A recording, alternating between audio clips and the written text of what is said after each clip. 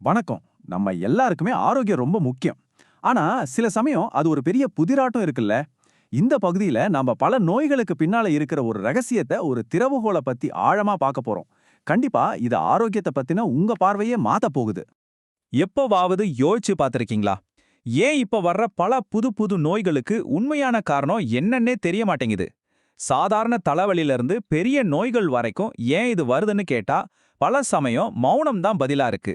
வாங்க, இதுக்குள்ள என்னதான் இருக்குன்னு கொஞ்சம் ஆழமா பார்க்கலாம். நீங்க டாக்டர் கிட்ட போனா சில சமயம் இடியோபேத்திக்னு ஒரு வார்த்தையை சொல்லுவாங்க. அப்படின்னா என்ன தெரியுமா? காரணம் என்னன்னே தெரியலன்னு அர்த்தம். இல்லைன்னா ஆட்டோ இம்யூன்னு சொல்லுவாங்க. அதாவது நம்ம உடம்போட எதிர்ப்பு சக்தியே நம்மள தாக்குதான்.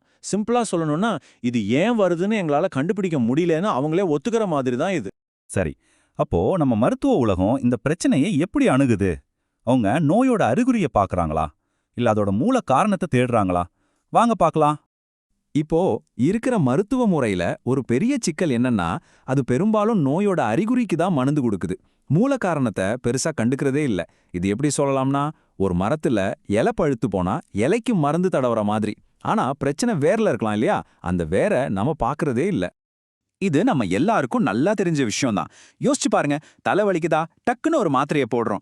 தோல்ல ஏதாச்சும் பிரச்சனையா, ஒரு களிம்பு வாங்கி பூசுறோம்.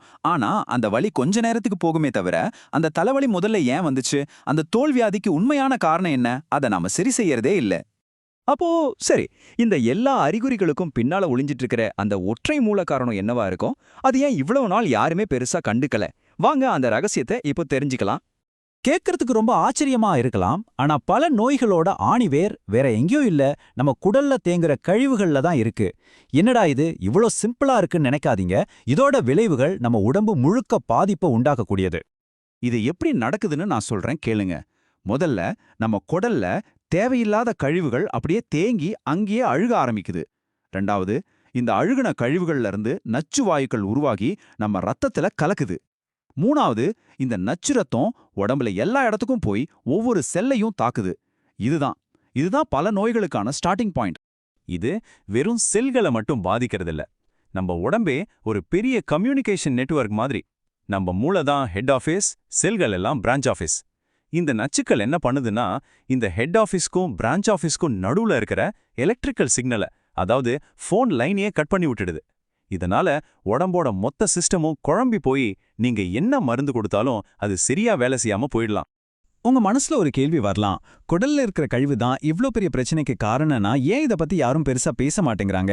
ஏன் இது ஒரு மறைக்கப்பட்ட உண்மையாவே இருக்கு? அதுக்கு சில முக்கியமான காரணங்கள் இருக்கு, வாங்க பார்க்கலாம். முக்கியமா 3 காரணங்கள் சொல்லப்படுது. 1, வணிகம்.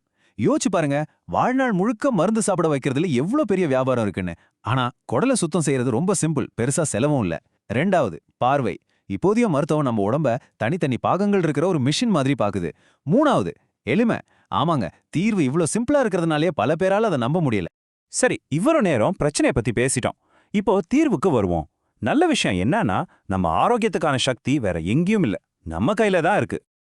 இந்த நம்பரை பாருங்க, 90%. ஆமாங்க, உங்க ஆரோக்கியத்துல 90% உங்க கட்டுப்பாட்டுல தான் இருக்கு.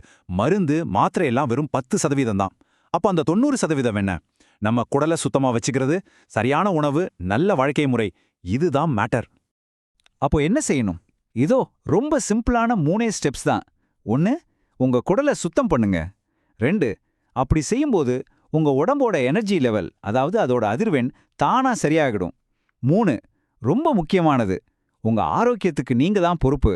இத முதல்ல ஏத்துக்கோங்க. கடைசியா இந்த ஒரு வரியை மட்டும் மனசுல வச்சுக்கோங்க. குடலை தூய்மை செய்யாதவன் குப்பையை சுமக்கும் கூடை. ரொம்ப ஆழமான வரி இல்லையா?